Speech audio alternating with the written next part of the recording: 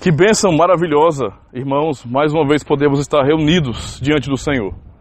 Hoje nós vamos dar continuidade, não é, para os irmãos da comunidade que estão acostumados, a mais uma pregação catequética, certo? Nós usamos um catecismo para os irmãos que não conhecem ainda as igrejas reformadas, usamos um catecismo também, e nós fazemos pregações baseadas na doutrina desse catecismo. Então, aos domingos pela manhã, geralmente, é quando usamos o catecismo da pregação. Nós invertemos um pouquinho a ordem hoje, não é devido a essa ocasião especial. E agora, à noite, já chegando a pouquinho da noite, vamos aprender um pouquinho sobre a doutrina do catecismo de Heidelberg. O primeiro dia do Senhor do catecismo fala justamente sobre o consolo, o fundamento da vida, com a pergunta: qual é o seu único consolo na vida e na morte? E a resposta: que não pertenço a mim mesmo, mas pertenço de corpo e alma, tanto na vida quanto na morte, ao meu fiel Salvador Jesus Cristo. Ele pagou completamente todos os meus pecados com o seu sangue precioso e libertou-me de todo o domínio do diabo. Ele também me guarda de tal maneira que, sem a vontade do meu Pai Celeste, nem um fio de cabelo pode cair da minha cabeça. Na verdade, todas as coisas cooperam para a minha salvação. Por isso, pelo seu Espírito Santo, Ele também me assegura a vida eterna e faz-me disposto e pronto de coração para viver para Ele de agora em diante. Essa primeira resposta demonstra de maneira muito clara qual é o fundamento de um cristão sincero. O que um cristão tem como base da sua vida? É uma casa? É a família? É a terra que você pisa? Na verdade, essa primeira pergunta e resposta nos mostram que o único fundamento, o fundamento seguro que alguém pode ter, que é um fundamento perfeito e inabalável, é a fé em Jesus Cristo. Então esse é o ponto essencial. Continuando aqui na pergunta 2, o catecismo ainda fala bem assim: o que é que você precisa saber? O que você precisa saber para viver e morrer nessa consolação? Então vocês estão ouvindo isso, não é? Mas é necessário saber de algo, entender algo e também confessar isso, não é? E a pergunta é essa: o que você precisa saber para viver e morrer nessa consolação que é Jesus Cristo? A resposta: primeiro, como são grandes meus pecados e miséria, ou seja, eu devo reconhecer que eu sou um pecador, não é? Isso é um ponto essencial para cada ser humano. Se alguém pensa que não é pecador, está muito enganado, porque a Escritura, a palavra de Deus, nos ensina exatamente isso, que nós somos pecadores, não é?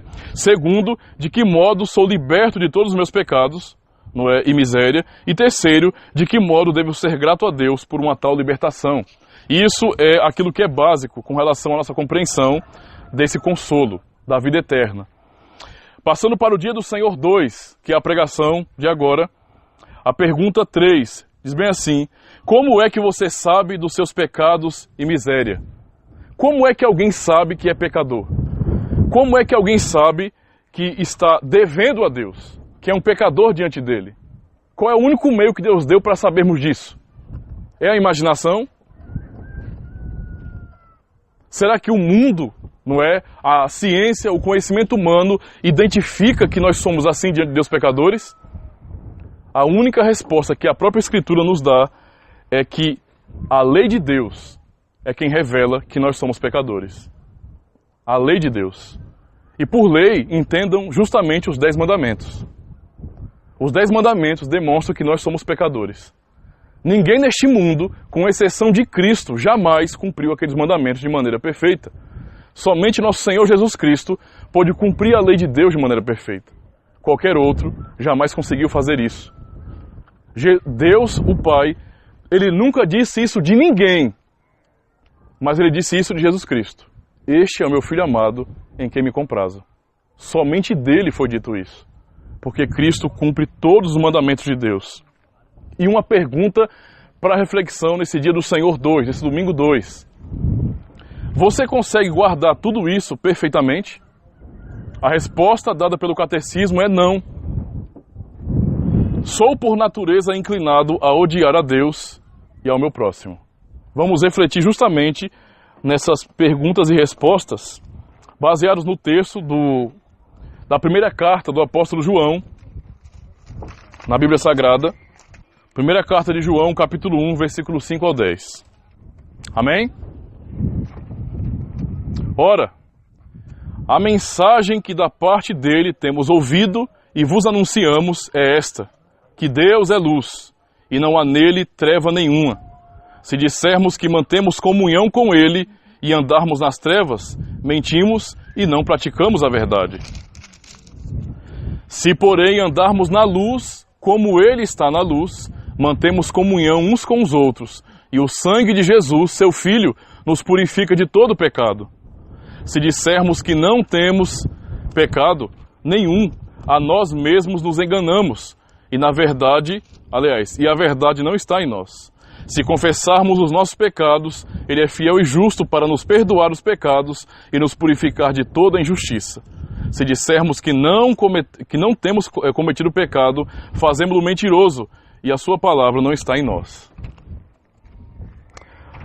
Amados irmãos, pensando nesse texto do Catecismo, que fala sobre como nós conhecemos o nosso estado, não é? Nós temos que realmente refletir naquilo que Deus diz sobre nós. É muito importante entendermos isso. Talvez, ao olhar para outra pessoa, você pense: eu não faço as atrocidades, as coisas ruins que aquela pessoa faz. E então nós somos tentados a julgar aquela pessoa como sendo piores do que nós. Isso acontece. Qualquer um se ofenderia se eu dissesse assim: você é igual a qualquer um desses drogados que usam drogas aí, que bagunçam, que fazem todo tipo de bagaceira, que são bandidos, que são ladrões. Qualquer um que não faça essas coisas se sentiria ofendido, ou não? Não é assim? Nós não gostaríamos de ser comparados com pessoas assim. Todavia, é importante uma coisa. É importante entendermos uma coisa. Fazer o julgamento comparando a minha vida com a vida de vocês, ou a vida de vocês com a vida de outros que vocês consideram pessoas às margens da sociedade, ou seja, maloqueiros, usando a linguagem geral. Pessoas que não querem saber de nada. Nesse sentido, não é fácil. A grande questão aqui, o nosso desafio, é nos compararmos com Deus. O ponto é esse aqui. Não é por nossa própria moralidade que Deus vai julgar o mundo. Mas Deus vai julgar o mundo por sua santa lei. É por isso que aquilo que lemos na palavra de Deus, se dissermos que não temos pecado, enganamo-nos a nós mesmos. Se nós imaginarmos que nós não somos pecadores, que nós não somos devedores a Deus, nós estamos nos enganando. Deus nos chama de enganados. O que o Senhor quer nos ensinar no Evangelho é justamente isso. Nós devemos reconhecer e entender que todos nós, absolutamente todos nós, somos pecadores. Somos pessoas que não têm condições de fazer a vontade de Deus de maneira perfeita. E a pergunta do catecismo é: como é que você sabe disso? E a resposta: pela lei de Deus. Todas as vezes então que você for investigar aquilo que a Escritura diz sobre você, sobre a palavra, sobre a lei nesse sentido, não é? Sobre a moral, sobre aquilo que é certo e o que é errado, você deve observar na lei do Senhor, e observando a lei do Senhor, você pode entender que cada exigência que Deus faz, nós não cumprimos.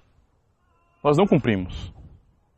O primeiro mandamento: não terás outros deuses diante de mim. Todo ser humano cai nesse mandamento. Porque esse mandamento nos ensina que só há Deus. Ele é único. Não existe ninguém como Ele. Mas nós somos tentados a colocar a nós mesmos, alguma pessoa, família, trabalho, diversão, qualquer outra coisa, no lugar desse Deus. Quando Deus fala: não tem outros deuses diante de mim, Ele está dizendo: me amem acima de tudo e de todos. Quando nós não fazemos isso, estamos quebrando o primeiro mandamento. O texto que nós lemos de João: se dissermos que não temos pecado, enganamo-nos a nós mesmos, porque nós somos pecadores. O segundo mandamento diz: não farás para ti imagem de escultura. Isto é, Deus nos ensina de maneira muito clara, como ensinou ao seu povo no passado, que nós não temos o direito de adorar a Deus de uma maneira diferente. Nós temos que servir ao Senhor, ou seja, adorá-lo da maneira como Ele ordenou. Nós não podemos criar maneiras de adoração.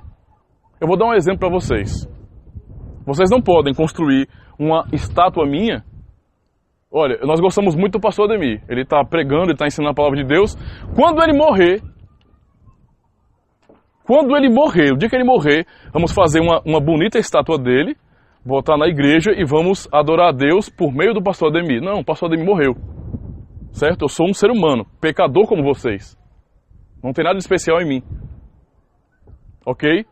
Outro exemplo. Nós não podemos, não é, inventar um tipo de culto diferente. Dizer bem assim, olha, pastor, eu não gosto muito da maneira como vocês cultuam, adoram a Deus. Não seria melhor se o senhor pregasse em cima da mesa, não é? O senhor ficasse em pé em cima da mesa e na hora do culto o senhor ficasse dançando com as bandeirinhas assim, não animaria mais as pessoas? Não é? Os irmãos ficariam um pouco mais animados, de repente o senhor botava um tipo de música para as pessoas começarem a dançar um pouquinho, mas vamos fazer tudo para a glória de Deus. Não é? Vamos fazer tudo em nome de Jesus. Nós não temos o direito de alterar nada no culto. O que nós fazemos aqui, que é orar, cantar e pregar a palavra, é aquilo que Deus ordenou. Nós não temos o direito de alterar nada nisso aí. Nós temos exemplo no passado, no próprio povo de Deus, de pessoas que alteraram o culto e Deus as eliminou na hora, porque pecaram contra o Senhor. O terceiro mandamento: não tomarás o nome do Senhor teu Deus em vão, porque o Senhor não terá por inocente o que tomar o seu nome em vão. Ou seja, o nome de Deus é santo. Nós não podemos falar o nome de Deus com deboche, com desprezo, porque Ele é santo. O que as pessoas hoje fazem geralmente? Piadas sujas com o nome de Deus, como se Deus fosse qualquer coisa. As pessoas não têm respeito pelo nome do Senhor. Mas o mandamento, o terceiro mandamento está dizendo: não tomarás o nome do Senhor teu Deus em vão. E ele ainda dá uma ameaça. Ele fala, porque o Senhor não terá por inocente o que tomar o seu nome em vão. Ou seja, ele considera culpado quem não respeita o seu nome, quem não honra o seu nome. Todo mundo cai nesse mandamento. Todo mundo já caiu nesse mandamento alguma vez. O quarto mandamento é o mandamento de guardar o dia do Senhor. No texto sagrado está escrito: lembra-te do dia de sábado para o santificar. 6 dias trabalharás e farás toda a tua obra, mas o 7º dia é o sábado do Senhor teu Deus. O mandamento é claro. Deus ordena que no dia que Ele separou para que o povo se reúna para o culto, não é um dia para você desperdiçar com coisas vãs que não vão edificar a sua vida, mas é um dia que Ele separou para você e sua família se reunirem para adorá-lo na igreja. Percebe? Isso é guardar o dia do Senhor. Mas o que as pessoas fazem, por exemplo, com o domingo, que é o dia que nós observamos como o dia do Senhor, é o dia que as pessoas preferem para fazer todo tipo de bagaceira, né? Infelizmente é assim. É assim ou não é no mundo? É desse jeito. Veja, todos nós caímos nesse mandamento. Mais uma vez lembrando, o texto que nós lemos no começo é o quê? Se dissermos que não pecamos, enganamos a nós mesmos. Nós somos pecadores. O 5º mandamento: honra teu pai e tua mãe, para que se prolonguem os teus dias na terra que o Senhor teu Deus te dá. O mandamento de honrar pai e mãe é o primeiro mandamento com promessa, citado por apóstolo Paulo nas suas cartas. Honra teu pai e tua mãe. Esse mandamento é um dos mandamentos mais esculhambados no mundo. As pessoas não têm o respeito que tinham antigamente pelos pais. Isso tem se perdido, sabe? Cada vez mais tem se perdido. Esse mandamento de honrar os pais é um mandamento que tem a ver com autoridade. As pessoas não respeitam autoridades.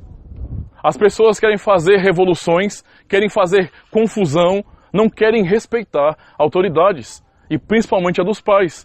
Quantos filhos não ofendem os pais, não desonram os pais, com a sua maneira de viver não traz vergonha para os pais? Quantos filhos não maltratam os pais? Estão quebrando esse mandamento. Mais uma vez, a Bíblia está nos mostrando que nós somos pecadores. O 6º mandamento: não matarás. Você pode pensar bem assim, pastor, nessa eu passei, né? Estou livre. Olha, eu pequei nos 5 mandamentos anteriores, eu pequei. Mas nesse de não matar, eu estou livre. Será? O mandamento não matarás, ele significa não assassinarás. O que isso significa pra gente? Que eu não devo odiar o meu próximo e desejar o mal para ele. Eu não devo planejar o mal contra o meu próximo. Isso quer dizer o quê? Que se eu, por inveja ou por qualquer outra coisa, não é, desejar o mal do meu próximo, para Deus eu estou matando. Jesus ensina isso no Novo Testamento. Se eu odiar o meu irmão, Se eu desejar mal para ele, sem razão, sem justiça, de maneira gratuita eu quiser o mal desse irmão, eu estou quebrando o sexto mandamento e para Deus eu sou um assassino. É assim que o mandamento do Senhor se aplica em nossas vidas. É dessa forma. O sétimo mandamento, não adulterarás. A coisa mais comum do mundo é as pessoas hoje não valorizarem o casamento. É ou não é assim? As pessoas casam, descasam e casam de novo como se casamento fosse roupa. Você casa hoje, aí você amanhã não vai com a cara da pessoa que você casou, larga. E fica assim a vida todinha. Passa o final da vida, no final da vida a pessoa velha já casou bem umas 5 vezes. Veja, o mandamento diz, não adulterarás. Aquilo que Deus uniu, não separe o homem. Isso não é brincadeira. Casamento não é uma brincadeira que você faz. É um voto diante de Deus. É para testemunho da sociedade, para que Deus seja honrado. E as pessoas não ligam para isso. O mundo tem caído nesse mandamento, não é? Nesse pecado maldito o tempo todo. Esse é o sétimo mandamento. O oitavo mandamento, não furtarás. Não furtarás, não é? Aí você pensa, pastor, agora essa aí eu escapei, eu nunca roubei, não é? Eu nunca roubei. Eu nunca roubei nada de ninguém. Eu nunca pensei em, sabe, eu nunca peguei nada, eu até senti vontade, eu senti inveja por causa daquilo, mas eu nunca peguei nada de ninguém. O que é dos outros é dos outros, o que é meu é meu. O que é meu é meu. Eu vou mostrar para vocês como que nós roubamos aquilo que Deus não permite nesse sentido que nós vamos usar de qualquer jeito, que é dele. Lembra de Adão e Eva? O texto da criação em Gênesis? Quando Deus, ele criou todas as coisas, ele criou 2 árvores, uma árvore que era a árvore do conhecimento do bem e do mal, ok? E uma árvore nesse sentido que é a árvore da vida. Deus proibiu o homem e a mulher, Adão e Eva, de comerem do fruto proibido, o fruto da árvore da vida. Deus proibiu. Deus deu tudo a eles, mas não deu o fruto da árvore do bem e do mal. Deus não deu o fruto daquela árvore. O que é que Adão e Eva fizeram? Comeram um fruto que não pertencia a eles. Roubaram. Quer saber como hoje, tem várias maneiras de você entender isso aí, mas quer saber como hoje nós quebramos esse mandamento? Quando Deus diz no 4º mandamento, para guardarmos o dia dele, ou seja, o dia para nos reunir para cultuar, porque eu quero, não é por algum impedimento, porque hoje, infelizmente, eu tenho que trabalhar no domingo, não é o que eu quero, mas infelizmente a minha situação, eu tenho que trabalhar no domingo.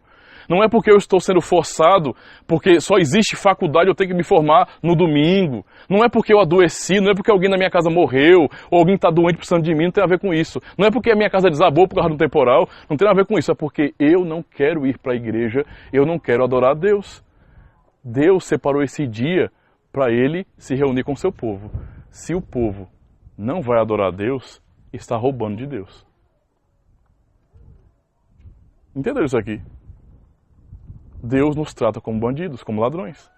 Se nós ficarmos entendendo que nós podemos pegar esse dia que Ele separou para nós e deixarmos de qualquer jeito. Vou fazer o que eu quero nesse dia. Que dia do Senhor nada, que dia de Deus nada. É assim que o mundo pensa. Isso é muito triste. O 9º mandamento. O 9º mandamento fala justamente sobre difamação. Não levantarás falso testemunho contra o teu próximo. Qual é a coisa mais comum, não é? E que até vira revista hoje? Fofoca. É ou não é? Fofoca é comum. E na nossa cultura é que pega mesmo, né? Fofoca é a coisa mais normal na cultura brasileira. As pessoas têm prazer de ficar reproduzindo coisa ruim. Né? Se acontece uma coisa ruim com o vizinho, geralmente as pessoas não se preocupam em ajudar o vizinho. Elas se preocupam em saber o que aconteceu. Ah, então foi isso, foi? E começa a espalhar de um vizinho para outro. Pensar que não, tá todo mundo sabendo. O mundo é assim, é ou não é? O 9º mandamento de não levantar falso testemunho fala justamente sobre difamação. Esse mandamento nos proíbe de difamar o meu próximo. Antes eu devo promover o meu próximo. Eu devo querer o bem do meu próximo. Eu devo desejar o bem para o meu vizinho. O que eu devo desejar é que meu vizinho ele esteja bem. Que sua família esteja bem, que eles estejam com saúde, e eu devo, desejando o bem para eles, ajudá-los no que for necessário. E eles também comigo. E não ficar aproveitando a situação difícil deles para ficar espalhando isso para todo mundo. O mundo cai nesse mandamento o tempo todo. E o último mandamento, o 10º mandamento, não cobiçarás a casa do teu próximo. A coisa que nós mais vemos no mundo hoje é inveja. É ou não é? Inveja. Não é? Pessoas que ficam infelizes porque alguém está indo bem. Não é? De repente olham para a sua casa, para a sua família. Veja, as coisas estão melhorando ali. Era para ser comigo, não era para ser com ele não. Isso é inveja. Você está desejando aquilo que é do seu próximo, quando você deveria ficar feliz por ele. E isso é uma quebra desse 10º mandamento. Eu não devo cobiçar, invejar. Quem cobiça, quem inveja, é uma pessoa que está insatisfeito com o que Deus tem te dado. Só para que você entenda, nem eu, nem você merecemos coisa alguma. Porque nós somos pecadores. Nós somos pecadores. Para que vocês entendam melhor isso aqui. Só imagine comigo aqui. Alguém da região que vocês conhecem, de repente comete um crime terrível. Algum conhecido de vocês, é um exemplo, viu? É um exemplo. Comete um crime terrível, não é? De repente, com um momento de raiva, mata uma criança. Todo mundo fica revoltado. Fica ou não fica? Quem não fica revoltado com isso, não é? Todo mundo fica revoltado. E então, o que todo mundo quer é justiça. Esse infeliz tem que pagar pelo que ele fez. O que ele fez é mal, é injusto. Nós não podemos aceitar que alguém que fez uma maldade dessa fique livre sem pagar pelos seus crimes. Não é ninguém quer isso, certo? E se você vai perguntar para a sociedade, todo mundo vai pedir a mesma coisa, tem que ser preso. E muitos com muita raiva vão dizer bem assim, tem que ser morto. Porque é assim que nós somos. Ninguém ia querer que se um mal acontecesse comigo, com um filho nosso, com um familiar nosso, que aquele bandido que nos fez mal ficasse impune, ficasse livre. O nosso desejo é que a justiça viesse e o prendesse. Não é verdade? Não é assim que funciona? Isso não é lógico? Pois é. Por que é que nós não temos condições de reclamar de nada com relação a Deus? Você acha que é justo que aquele que cometeu um crime, ele reclame? Ele matou alguém, ele fez mal a alguma família, ele tirou a vida de alguém, e agora esse que é bandido, que fez mal a alguém, está reclamando. Peraí, eu não tenho que ser tratado assim não. Você tem que me tratar com carinho, com respeito, que é isso? Eu não quero ser punido não, de jeito nenhum. Quero não. Mas você matou alguém, e daí? Não é verdade? Não é só eu que faço isso? Então eu não quero ser preso, eu não quero passar por nada difícil. Isso tem sentido pra gente? Nenhum. Não é assim que a vida tem que funcionar. A mesma coisa. Quando nós pensamos em Deus. Vocês são pecadores, assim como eu sou pecador. E se nós pecamos, se nós somos pecadores, significa dizer que esse pecado, ele é contra Deus. Deus é o juiz. E nós desobedecemos a sua lei. Logo, o que nós somos, nesse sentido, somos criminosos. Percebe? Então, entendendo que nós somos pecadores, não dá para reclamar. Eu não posso ficar olhando para a minha própria vida e dizer bem assim, eu estou insatisfeito, Deus devia ter me dado muito mais, eu mereço muito mais do que isso, Deus. De jeito nenhum. Se você sabe quem você é, como você falha contra Deus, contra a sua palavra, você pode reconhecer, não é, que você não merece nada. E tudo o que Deus tem te dado é porque Ele é bom, é porque Ele é gracioso e Ele quer te abençoar. E é só por causa disso.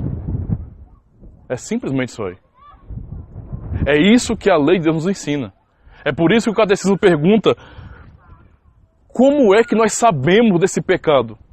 Que nós somos falhos, que nós somos, nesse sentido, pecadores e culpados diante de Deus. É a lei quem revela isso.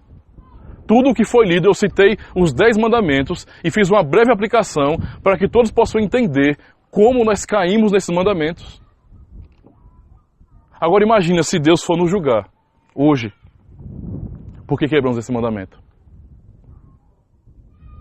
Se Deus for cobrar de mim e de você hoje, se Ele falar bem assim, olha, você não obedeceu a minha lei, eu sou juiz, eu tenho poder sobre a sua vida, eu vou cobrar isso de você hoje.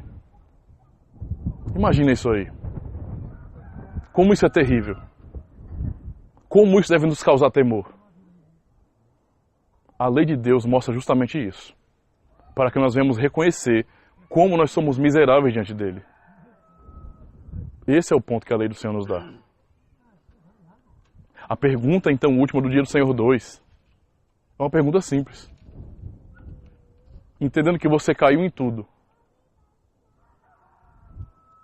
Você, qualquer pessoa do mundo, mas você, consegue obedecer essa lei de maneira perfeita? Quem pode levantar a mão e dizer, eu não sou pecador? Quem pode levantar a mão dentre nós aqui e dizer, eu não sou pecador? Alguém pode? É aquilo que Cristo diz quando fariseus, quando pessoas religiosas encontraram uma mulher pega em adultério. Eles estavam certos no que diz respeito ao que ela pecou. Ela pecou. E sabe o que eles pediram para Jesus? Rabi, mestre, Moisés em sua lei diz que se uma mulher for pega em adultério, tem que ser apedrejada, tem que ser morta. Na frente de todo mundo tem que ser morta. Jesus, então ele se curvou no chão, ele escrevendo com o dedo no chão, alguma coisa que nós não sabemos, ele disse simplesmente isso. Se algum de vocês não tiver pecado, pode atirar a primeira pedra. A pedra para atirar nela era para matar. Havia uma pena em Israel para quem fosse pego em adultério, que era o apedrejamento.